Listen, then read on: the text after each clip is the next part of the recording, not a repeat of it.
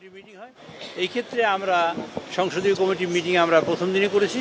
আবার আজকেও যেহেতু দীর্ঘ একটা মেয়াদের গ্যাপের পরে সংসদ শুরু হবে, আমাদের নিজস্ব মধ্যে কিছু আলোচনা ছিল। প্রথমেই আমরা মূলত মাননীয় স্পিকার তার স্ত্রী তার সহধর্মিণীর মৃত্যুর কারণে আমরা শোক প্রকাশ করেছি এবং তার জন্য মোনাজাত করেছি। এটা হলো প্রথম।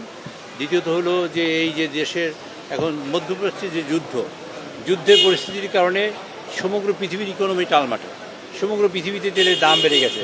অথচ আমরা বাংলাদেশে এসে তেলের দাম ঠিক রাখার জন্য আপ্রাণ চেষ্টা করছে সরকার, এবং প্রায় 200 কোটি টাকা প্রতি মাসে ভর্তুকি দিয়ে প্রায় সেই কাজটা করার চেষ্টা করছে সরকার।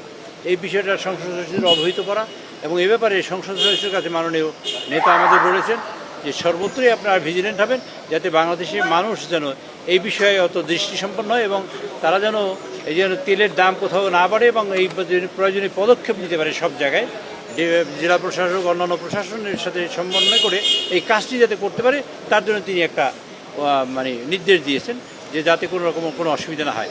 তার সাথে একই কথা বলেছেন, আগামীকালকে ইনশাআল্লাহ যতক্ষণ সংসদ বসবে তখন আমাদের এই মাননীয় জ্বালানি মন্ত্রী তিনি ব্রিফ করবেন, 300 মিনিট তিনি বক্তব্য রাখবেন এবং সেখানে একটি কঠিন বার্তা তিনিই দেবেন। তবে আমি আপনাদের আগে বলছি এই যে বিষয়টা হলো তেল এখন হোর্ডিং হচ্ছে, যেখানে 30 লিটার তেল আগেনি তো এখন সেখানে ট্যাঙ্কি ভরে 50 লিটার নেওয়ার চেষ্টা করছে। মোটরসাইকেলরা দেখা যায় একবার তেল নেওয়ার ক্ষেত্রে তেল নিচ্ছে আবার নিচ্ছে 3বার তেল নিচ্ছে, এরকম কিছু হচ্ছে।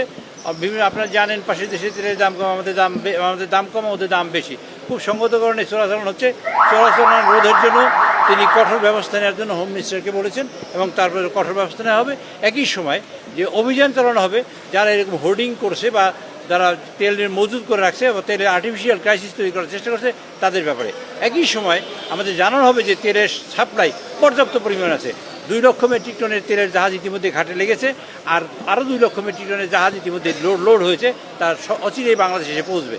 কাজে তেলের কোনো সাপ্লাইয়ের কোনো ঘাটতি নেই, কিন্তু ঘাটতি আর্টিফিশিয়ালি তৈরি হয়েছে কিছু মিডিয়ার কারণে এবং কিছু মানুষ অতিচ্ছুত কিছু চোরাচালানিদের কারণে। কাজে এটা যাতে না হয় তার প্রয়োজনীয় ব্যবস্থা নেওয়ার জন্য আজকে এই সিদ্ধান্ত গৃহীত হয়েছে এবং এই আলোচনা হয়েছে। তৃতীয়ত আলোচনা হয়েছে যে আমাদের যোগাযোগ মন্ত্রী মহোদয় তিনি ওখানে বলেছেন যে আমাদের একটা দুঃখজনক ঘটনা, যেটা বাস দুর্ঘটনায় নিপতিত হয়েছে, একই সাথে ট্রেনে দুর্ঘটনা ঘটেছে। বাস কেন দুর্ঘটনা ঘটেছে সে ব্যাপারে কী পদক্ষেপ নিয়েছে সে ব্যাপারে আলোচনা হয়েছে। ট্রেন দুর্ঘটনার ব্যাপারে ভবিষ্যতে যাতে এরকম না হয় তার জন্য কী করা হবে সে ব্যাপারে এই ব্যাপারে আলোচনা হয়েছে। এছাড়াও সংসদীয় কার্যক্রম এবং অন্যান্য অনেক বিষয়ে কথা হয়েছে। প্রধানমন্ত্রী মাননীয় সংসদ নেতা দিক নির্দেশনামূলক বক্তব্য রেখেছেন এবং আগামীকালকেও আমাদের এই আজকে অ্যাডজন হয়েছে, আগামীকালকেও 1:30টার সময় আমরা আবার এই বিষয় নিয়ে বসবো এবং সংসদকে ব্রিফ করা হবে। মাননীয় নেতা যেটা করেছেন সেটা হলো এই প্রথমবারের মতন বাংলাদেশে মন্ত্রীদের বাধ্য করেছেন সংসদ সদস্যদের অবহিত করার জন্য এবং সংসদ সদস্যরা অবহিত হয়ে তারা তাদের সংসদে কথা বলতে পারেন, একই সাথে তারা মেজার নিতে পারেন তার নির্দিষ্ট নিজ এলাকায় সে ব্যবস্থা তিনি করেছেন। এবং এই মিটিংটা অ্যাডজন করে এই প্রথম দেখলাম যে আগামীকালকে 1:30টার সময় তিনি আবার একই মিটিং রেখেছেন যে আমাদের সংসদ সদস্যরা ইকুইপড হবে এবং তারা জানবে এবং সত্যি জিনিসটা জানার পরে প্রয়োজনীয় যে ব্যবস্থা গ্রহণ করার তা তিনি ব্যবস্থা গ্রহণ করবেন। এবং সরকার এই দেশের মানুষকে কল্যাণ করার জন্য একটা মানবিক রাষ্ট্র এবং একটি রিয়েলি সমৃদ্ধশালী এবং একটি কল্যাণমূলক রাষ্ট্র করার জন্য যে বদ্ধপরিকর সেটা বাস্তবায়ন করার জন্য মাননীয় নেতা সংসদ নেতা জনাব তারেক রহমান অত্যন্ত সচেষ্ট এবং তিনি তার সেই ইচ্ছেটা আজকে ব্যক্ত করেছেন। আমরা বিশেষ করে সংসদ সদস্যবৃন্দ অত্যন্ত ধন্যবাদ এদের সাথে এটা গ্রহণ করেছি এবং তাকে সাধুবাদ জানিয়েছি। এবং তিনি আরও বলেছেন যে আগামী প্রতি মাসে একটি ব্রিফিংয়ের ব্যবস্থা করবে সংসদ সদস্যদের মধ্যে, যাতে আমাদের সরকার কেমন চলে, কিভাবে চলে এবং সরকার অ্যাকচুয়ালি কী করতে চায় সেই সংক্রান্ত বিষয়ে আলোচনা হবে প্রতি মাসে ইনশাআল্লাহ। সংসদীয় কমিটিগুলো নিয়ে কোনো নাই, কারণ এই আলোচনাটা আমরা আবার 30 তারিখে করবো।